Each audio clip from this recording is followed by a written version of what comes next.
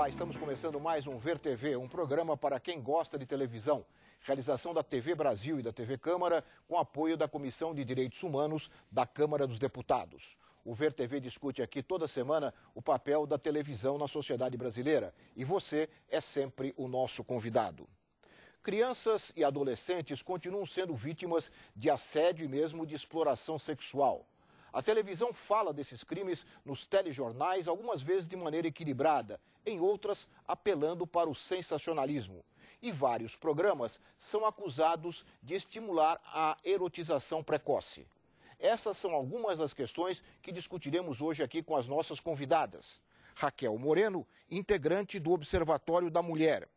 Iolete Ribeiro, que representa o Conselho Federal de Psicologia e preside o Conselho Regional de Psicologia da região norte do Brasil. E Senise Monte Vicente, presidente do Conselho Diretor da ANDI, a Agência de Notícias dos Direitos da Infância. Eu quero agradecer às 3 psicólogas que atenderam ao nosso convite e quero convidá-las também para assistir uma breve reportagem sobre o tema de hoje e depois a gente começa a nossa conversa. Vamos ver. Como tratar da exploração sexual de crianças e adolescentes na TV? O tema é polêmico e, em geral, o que vemos são reportagens policiais denunciando algum abuso ou a prisão de algum pedófilo. Os programas da hora do almoço detalham histórias difíceis de engolir. As reportagens mostram que assediar, molestar ou estuprar menores é crime tipificado no Código Penal. Dependendo da gravidade do delito, a pena de reclusão aumenta consideravelmente. No entanto, é cada vez maior o número de casos que são noticiados pela mídia. As estatísticas mostram que aproximadamente 100 mil crianças e adolescentes sofrem ou já sofreram algum tipo de abuso no país. As campanhas massificaram o combate à exploração e também ao chamado turismo sexual, muito recorrente no nordeste do país. E a imprensa, claro, foi atrás desses flagrantes. Uma arma do cidadão que se popularizou através da TV é o Disque 100. Pelo telefone, pode-se fazer qualquer denúncia anonimamente. Muitos não denunciam por medo. A televisão vem fazendo sua parte, tentando alertar para o problema até mesmo de forma lúdica, como numa produção do canal Futura, que utiliza marionetes para passar o recado. Tem muita criança aqui sendo forçada a fazer o que não deve. Mas nem sempre a TV é tão educativa assim. Em vários programas de auditório, a baixaria das danças e das letras do funk e do axé music pode influenciar num desenvolvimento sexual precoce e inadequado de vários adolescentes. Na hora da luta pela audiência, a emissora acaba esquecendo os limites éticos e não lembra que do outro lado há várias crianças assistindo aquela atração. Mais uma vez. Bom, há várias campanhas, nós mostramos aí alguns trechinhos, campanhas positivas para enfrentar esse problema, mas há esse tipo de programa que nós vimos aqui no final desse nosso VT de abertura. Raquel, esse tipo de programa, você considera que ele estimula mesmo a erotização precoce e acaba neutralizando todas as campanhas em contrário que são feitas em outros momentos na televisão ou não? Olha, como as campanhas têm um tempo determinado, e esse tipo de programa tem um tempo absolutamente maior, né? É óbvio que a influência que ele exerce acaba sendo mais impactante, mais marcante. E nós não podemos esquecer, Lalo, que as nossas crianças, a criança brasileira, é aquela que assiste o maior número de horas de televisão.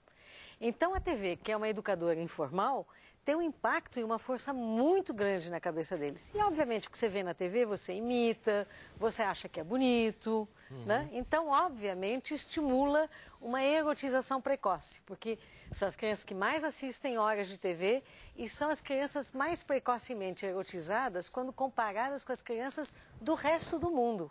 Então a relação é direta. As pesquisas mostram isso, sim. E é preocupante. Agora, não vamos culpar só a TV. Experimente comprar um sapatinho para uma menininha de 5 anos. Você só encontra de saltinho, com sainha curtinha. Papai e mamãe acham uma gracinha quando aprende o Rebolation, quando se mexe para cá, se mexe para lá. Acham que, opa, vai ser um sucesso na vida. Não é? Não há maldade. Mas não se percebe o quanto isso contribui, todas essas coisas contribuem para uma erotização cada vez mais cedo, né? Você nem está lembrando do funk, né? E nós até mencionamos VT de abertura, é um estimulador também? Os conteúdos são terríveis, né? E uma banalização da mulher, e a mulher colocada como objeto, então um discurso machista, repetido à exaustão. Eu acho... Você acha que isso contribui para... Eu acho que sim. E banaliza o corpo feminino. E qual é a relação dessa banalização? O vínculo, a interação homem-mulher, criança-adulto, acho muito bem. E qual é a relação dessa banalização com essa questão da exploração sexual de crianças e adolescentes? Bom, nós temos dois tipos de banalização, né? Primeiro é de considerar que as coisas são assim e, portanto, sempre foram assim, não tem nenhuma novidade nessa. E a banalização da impotência. As pessoas sentirem que não podem fazer nada contra essas forças que são imensas. Então, as duas são preocupantes, na minha opinião.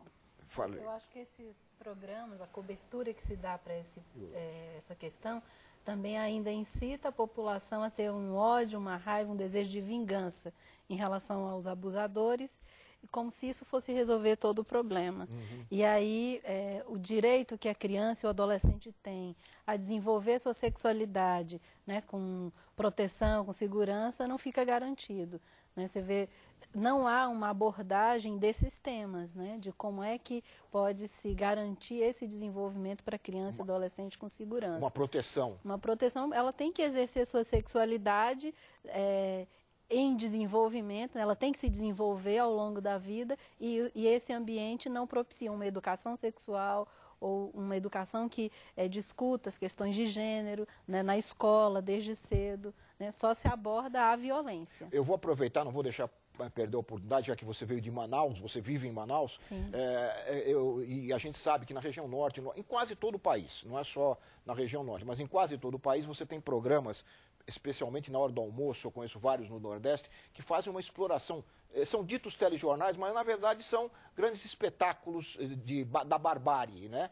E isso ocorre lá, como é que essa questão é tratada? Essa questão da violência contra criança e adolescente, violência sexual, é tratada nesse tipo de programa na Amazônia, em Manaus particularmente?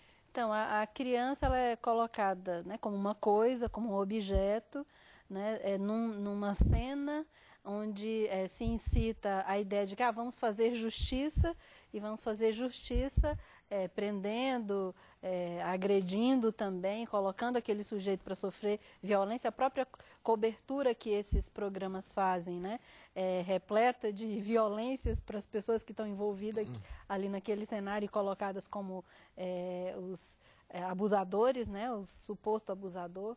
Então, infelizmente, esses programas eles acabam contribuindo para reforçar essa ideia de que a responsabilização criminal é o que soluciona tudo e desresponsabiliza o Estado. Né? O Estado não assume a sua parte de elaborar políticas públicas efetivas de atenção, de cuidado, né, das crianças e dos adolescentes. Isso aliado a valores culturais, né, onde a criança não tem voz, né, o pai é o dono, né, ele muitas vezes é o que vai ter a primeira relação sexual, porque é o pai, ele tem esse direito. Né? Então isso acaba sendo reforçado e você não potencializa uma educação que seja emancipatória, que valorize a autonomia da criança. Você falava, né, Senise, a questão do pátrio-poder. Pátrio-dever. O pátrio-dever. Explica isso. Esse conceito é interessante, eu acho que aproveitando o que a Iolete acabou de falar. Pois é. Eu aprendi com o doutor Amaral, que foi desembargador em Santa Catarina, e ele sempre defendeu que no Estatuto e na legislação brasileira nós devíamos adotar o termo pátrio-dever e não pátrio-poder. Porque, na verdade, os pais são sujeitos de responsabilidades. Tanto que na Constituição brasileira, no artigo 227, que fala do direito da criança, fala é dever da família, da comunidade, da sociedade em geral e do Estado garantir o direito da criança. Então, os pais são sujeitos de deveres.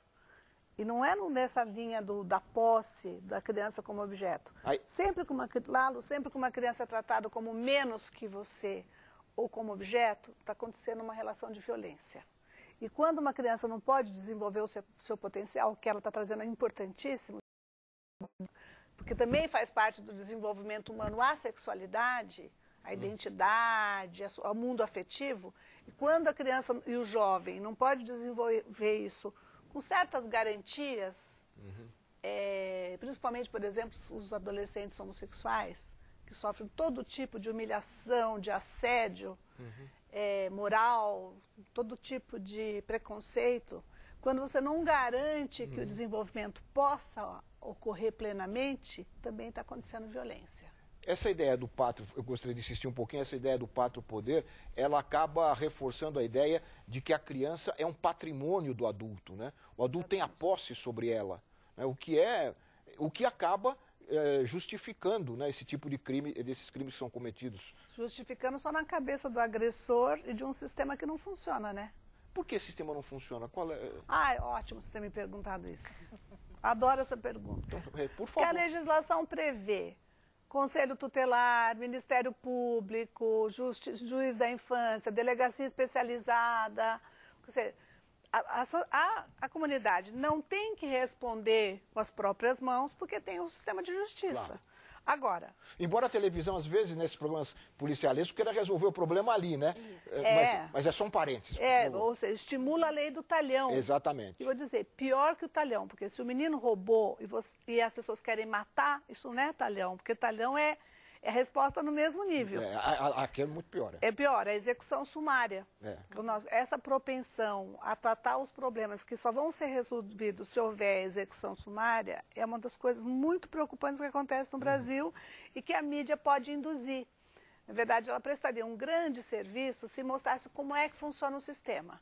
E claro, quando o sistema falha, porque está incompleto, do ponto de vista de funcionários, porque as pessoas não estão capacitadas, porque o fluxo entre uma organização e outra é precário, porque a criança passa por vários lugares, vai pelo Conselho Tutelar, Ministério Público, Juiz da Infância, IML.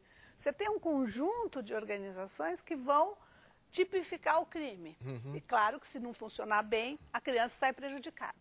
O que a gente vê na área da infância, na área de violência? Que a criança vai denunciando, chega um momento que ela fala não aconteceu nada, porque ela não acredita que o sistema vai funcionar. Então, eu acho que a mídia, o papel da ANDI é pensar a mídia, pode ajudar estimulando, criticando quando não funciona e apontando. É isso o trabalho que vocês fazem? Quer dizer, vocês fazem um trabalho diretamente com o jornalista, né? A ANDI é uma organização que tem como foco a comunicação e os jornalistas. Então, e o que vocês dizem para o jornalista num caso desses, né? A gente analisa, a ANDI diariamente analisa 50 veículos, tudo que diz sobre infância e adolescência no Brasil, e agora também na área de comunicação, dos direitos em comunicação e ambiente, e dá o retorno. Nós produzimos materiais, produzimos guias, fazemos sugestão de pautas, apoiamos o jornalista para ele fazer uma mídia de qualidade. Diga. Eu acho também que falta uma pauta afirmativa de direitos. Né? Tanto no campo da política pública, quanto a própria cobertura que se dá para esse tema, é só quando os direitos já foram violados. Mas não se discute ou não se prevê, ou não se garantem ações para a promoção dos direitos, para olhar a infância, a adolescência, o desenvolvimento, num viés positivo. Né? Isso seria muito importante para criar na população uma compreensão do que é esse processo de desenvolvimento, de que tipo de orientação, de acolhimento pode se dar para prevenir os abusos. Né? Por isso que a gente tem o jornalista amigo da criança, que é o cara que dá a notícia, que sabe a legislação, que toca também nas potencialidades. Vocês não falam com aquele que vai lá na cadeia e grita, tem que matar, não sei o quê, bate com uma madeira, né? Bate com um pau assim na mesa. A gente está aberto para falar, a gente fala com os editores, a gente fala também com os donos de veículos, a gente fala com todos os públicos de interesse que fazem com que a coisa avance ou não. Ô Raquel, e a questão da propaganda? Porque nós estamos falando, eu assisti um pouquinho aqui no jornalismo, não, nesse sensacionalismo. E a propaganda? A propaganda estimula mesmo, né? A erotização precoce, brinca com a sexualidade das crianças em vez de colocar uma questão de proteção com relação a ela. Os produtos também vão todos nesse sentido. Eu fiquei horrorizada, não sei se vocês viram recentemente o sutiã número 8, lançado nas casas pernambucanas, que é um sutiã com recheio para menininha de 8 anos. Então, é cada vez mais forçar um pouco essa coisa de o que importa é vender, vamos tentar mostrar uma imagem positiva dessa sensualidade, né, desde pequenininha, e isso também, obviamente, acaba concorrendo dentro desse rolo todo, né? Uma coisa muito preocupante foi a reação dos veículos de televisão com a classificação indicativa. Sim. Quando você coloca lá que não é adequada a programação para aquela faixa etária, por que os veículos não querem assumir? Exige que é censura, exige que é censura. Não é censura censura coisa nenhuma. Isso aí você diminui o pátrio poder dos Isso aí, pais. eles usam... As crianças ficam sozinhas em casa, elas não sabem o que virá para poder tomar a decisão preventiva. Vamos supor que a própria criança fala, eu não quero ver violência, mas ela não sabe. O que vem... Ela fica submetida. Então, eu acho que é uma proteção mínima a classificação indicativa, porque a outra coisa seria, de fato, discutir qualidade e o que se pretende com a péssima qualidade. Já que você pegou a classificação indicativa, eu acho que na nível de publicidade também nós temos uma questão que está em pauta nesse momento, que é o que significa, o que é bebida alcoólica, né? Até a partir de quantos graus, e há uma discussão no sentido de modificar a classificação para que a cerveja também passe a anunciar só depois de um determinado horário, quando teoricamente, pelo menos, as crianças estariam dormindo. Mas há uma resistência grande por parte de uma bancada que defende absolutamente os seus interesses. Com crack, mas com álcool. Com álcool não. Mata no trânsito, violência em casa, abuso sexual associado a isso. Você tem um monte de coisa. Mas ninguém quer discutir álcool. Então a propaganda lá para o consumo de álcool dirigida para jovens. Exatamente. Está lá garantido. Eu vou ter que fazer um rápido intervalo. Nós vamos fazer um breve intervalo e nós voltamos em seguida com o Ver TV, que conversa hoje com as nossas convidadas, as 3 psicólogas, sobre a exploração de crianças e adolescentes. Nós voltamos já.